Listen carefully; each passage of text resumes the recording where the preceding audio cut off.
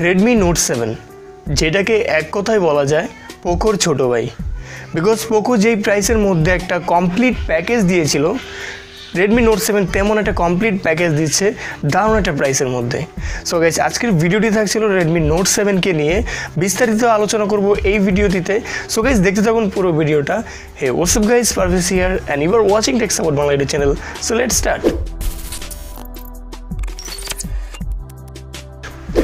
যেহেতু এই স্মার্টফোনকে আমি ইন্ট্রোডিউস করেছি পোকোর ছোটো ভাই বলে, সো কেন আমি পোকোর ছোটো ভাই বলে ইন্ট্রোডিউস করেছি সেটা এখন আপনাদের সামনে এক্সপ্লেন করে দিচ্ছি। বিকজ পোকো যে স্মার্টফোনটা আসছিল তখন কিন্তু মার্কেটের মধ্যে একটা হাইপ ক্রিয়েট করেছিল বিকজ ফ্ল্যাগশিপ লেভেলের চিপ দিয়েছিল একটা কম প্রাইসের মধ্যে, মানে একটা প্রাইসের মধ্যে যেটা ছিল একটা কমপ্লিট প্যাকেজ সেই পোকোটা। অ্যান্ড এই পোকোর মতো একটা কমপ্লিট প্যাকেজ নিয়ে আসছে সেটা হলো Redmi Note 7, কমপ্লিট একটা প্যাকেজ থাকছে। অ্যান্ড এটার মধ্যে মেন যে হাইলাইটটা থাকছে সেটা হলো 48 মেগাপিক্সেল রিয়ার ক্যামেরা।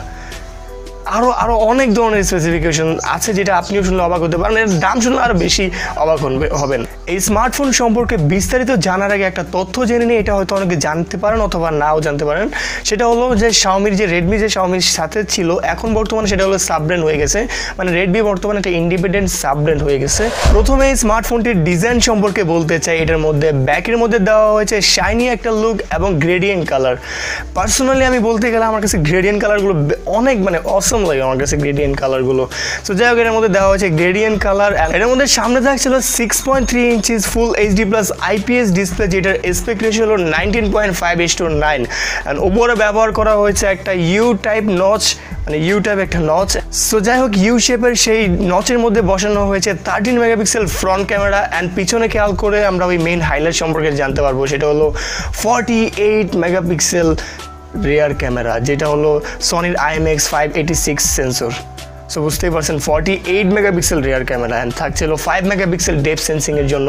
5 মেগাপিক্সেল যে ডেপথ সেন্সিংয়ের জন্য যে ক্যামেরাটা থাকছে সেটা হলো সেটার অ্যাপারেচার হলো f2.4 এবং যেই 48 মেগাপিক্সেলের যেই সনি IMX586-এর যে সেন্সরটা রয়েছে সেটার অ্যাপারেচার থাকছে f1.8।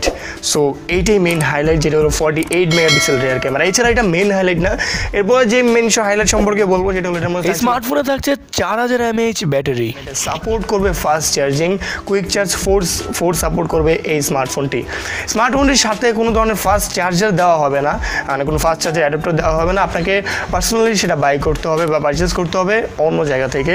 সো স্মার্টফোনটি সাপোর্ট করবে ফাস্ট চার্জিং। অ্যান্ড এর থেকে বেশি অবাক হবেন এটার প্রাইস সম্পর্কে জানলে। প্রাইস বিষয়টা আমরা শেষে আলোচনা করব। যেই প্রাইসে চায়নাতে লঞ্চ করা হয়েছে সেই প্রাইসের আশেপাশে হয়ে যদি বাংলাদেশে আসে তাহলে একটা অসম লেভেলের একটা স্মার্টফোন হবে। যাই হোক আমি যেহেতু বললাম এটার মধ্যে থাকছে 4000 mAh battery with fast charging, তো অবভিয়াসলি এটার মধ্যে থাকছে USB Type-C and USB Type-C থাকছে। অ্যান্ড এটার মধ্যে আউট অফ দ্য বক্সে থাকছিল, আউট অফ দ্য বক্সের সাথে আসবে হলো Android 9 অ্যান্ড তাদের MUI। এছাড়া এতে ব্যবহার করতে পারবেন মাইক্রো SD কার্ড ব্যবহার করতে পারেন। এই স্মার্টফোনটির মধ্যে অনেক স্পেসিফিকেশন সম্পর্কে বললাম, এখন গেস করুন তো আমি কোন স্পেসিফিকেশন সম্পর্কে বলি নাই আর চিপসেট সম্পর্কে বলি নাই। এটার মধ্যে থাকছিল স্ন্যাপড্রাগনের 660 প্রসেসর, যেটা 14 ন্যানোমিটার বেস, এটা একটা এফিসিয়েন্স একটা প্রসেসর। এই স্মার্টফোনটি থাকছিল 3টি ভেরিয়েন্টের। প্রথমটি হলো 3GB RAM 32GB স্টোরেজ, আর হলো 4GB RAM 64GB স্টোরেজ, আর হলো 6GB RAM 64GB স্টোরেজ। এই তিনটে ভেরিয়েন্টের স্মার্টফোন পাওয়া যায়। সো এই ছিল কিছু স্পেশাল স্পেসিফিকেশন যেইগুলো থাকছিল Redmi Note 7-এ। আরও যদি স্পেসিফিকেশন সম্পর্কে জানতে চান অথবা আরও এই স্মার্টফোন সম্পর্কে আরও বিস্তারিত জানতে চান তাহলে এটা কমেন্ট করে জানতে পারেন যে কোন বিষয়টা জানতে চান, আমি অবশ্যই সেটা রিপ্লাই দিয়ে দেবো। সো যাই হোক এখন আসবো ওটার প্রাইস নিয়ে, যেটা মেন হাইলাইট আমার কাছে। মেন হাইলাইট যেটা প্রাইস কত হতে পারে। চায়নাতে লঞ্চ করেছে, চায়নাতে যেই প্রাইসে লঞ্চ করেছে আমি যখন লঞ্চ ইভেন্টটা দেখতেছিলাম জাস্ট শক। মানে প্রাইসটা এত কম প্রাইসে এত ভালো স্পেসিফিকেশন দিচ্ছে with 48 megapixel rear camera, 5000 mAh battery, then থাকছে ফাস্ট চার্জিং, অনেক ভালো স্পেসিফিকেশন দিচ্ছে। যাই হোক এটা চায়নাতে লঞ্চ করা হয়েছে 999 ইউয়ান, যেটাকে বাংলাদেশি টাকাকে কনভার্ট করলে অলমোস্ট 12,500 টাকা।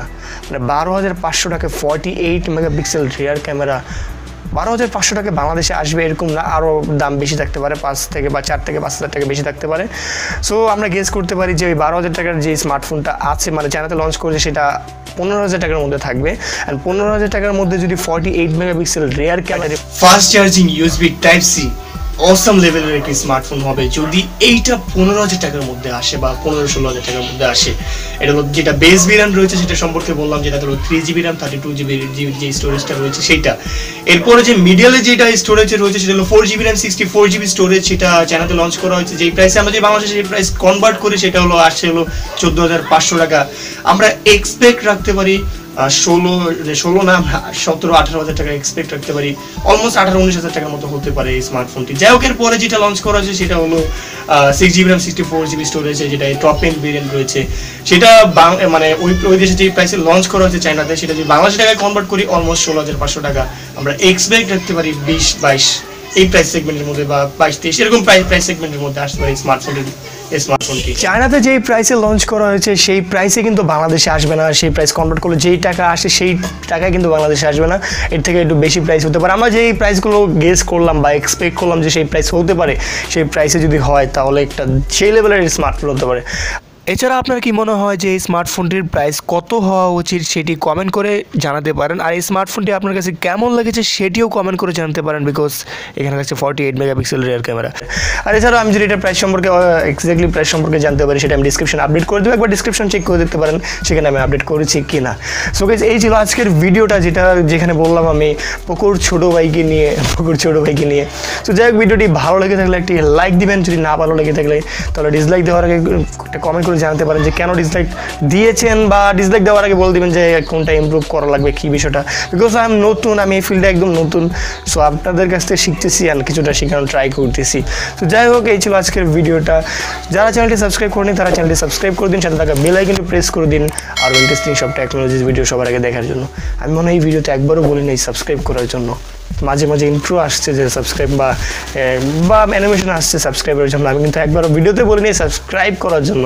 কোচ ভিডিওটি ভালো লাগে থাকলে একটা সাবস্ক্রাইব করে দিবেন, আই থিঙ্ক করে দিবেন। যাই হোক, আমি পারবো ছিলাম আপনাদের সাথে নিউবার ওয়াচিং টেক্সাবল Bangladesh channel. Thank you for watching.